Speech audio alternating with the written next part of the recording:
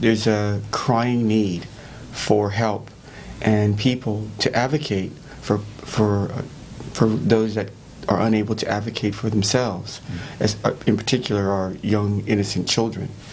And we have now decided to become the voice for that demographic. And in doing so, what we found is that, when child sexual abuse occurs, it's typically at, a very young age. It can run anywhere in terms of, 3 months and beyond. We've been fortunate enough to have our Stewards of Children training program be embraced by, key stakeholders in the caregiving of children. We have Child and Family Services, which we trained most of their staff.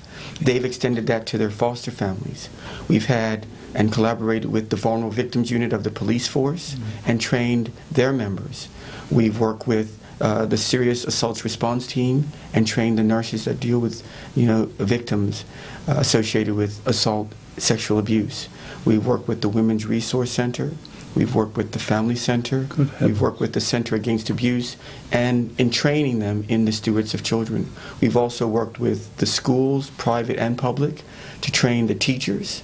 And also, we've extended our facilitators program to anyone who wishes to become a facilitator. And we've had educators within the school structure qualify and participate and be certified. We also work with local sporting organizations, whether it's football or sailing, to train them as well. So S.C.A.R.S has to date trained 126 people throughout the community in the Stewards of Children. John and I look forward to working with the government to get policies and procedures in place for organizations that are entrusted with children to make sure that their children are protected, and they do background checks, and that they monitor interaction between adults and children. But I also think it's important that we provide adults with the tools on what is inappropriate behavior, what is considered, what are the ways that child molester, what are the characteristics of a child molester, how do they groom their victims. The warning signs. Absolutely, to give give parents tools on how to help protect their children. Are we amazingly naive? Your average No, I think person? Basically our natural instinct is to trust everyone. And like John said, it's not the person in the park with the trench coat.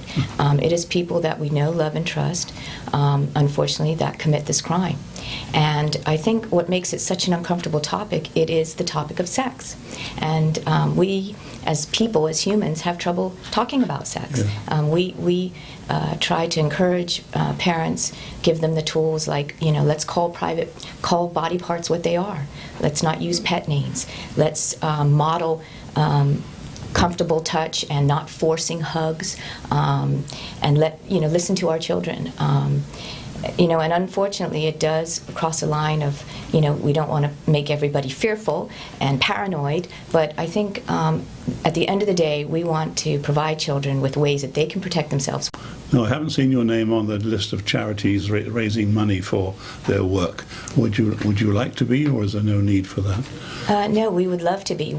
John and I have been putting most of our efforts in getting people trained and through our awareness programs. But we have had wonderful people in the community and some great corporate sponsorship through Hiscox and Argus and XL Insurance and Rennery that have come forward and provided some great donations. Argus has provided their training facility, one of their boardrooms that we conduct training once a month on a Saturday, and they have very generously donated that room for us to provide our training, which is great. Yes. We've had people in the community that have raised funds. We had a gentleman, Richard O'Connell, that cycled across Europe and raised funds for S.C.A.R.S. We've had the Bermuda Guild Association, we've had the Yoga Association, many wonderful groups that have on their own provided, have raised funds for S.C.A.R.S. Our biggest wish is that all organizations entrusted with the care of children need to have some sexual prevention training required in order for them to keep their license. I think that would make the caretakers feel comfortable because it's accountability, and it would make parents feel comfortable that their children are being protected.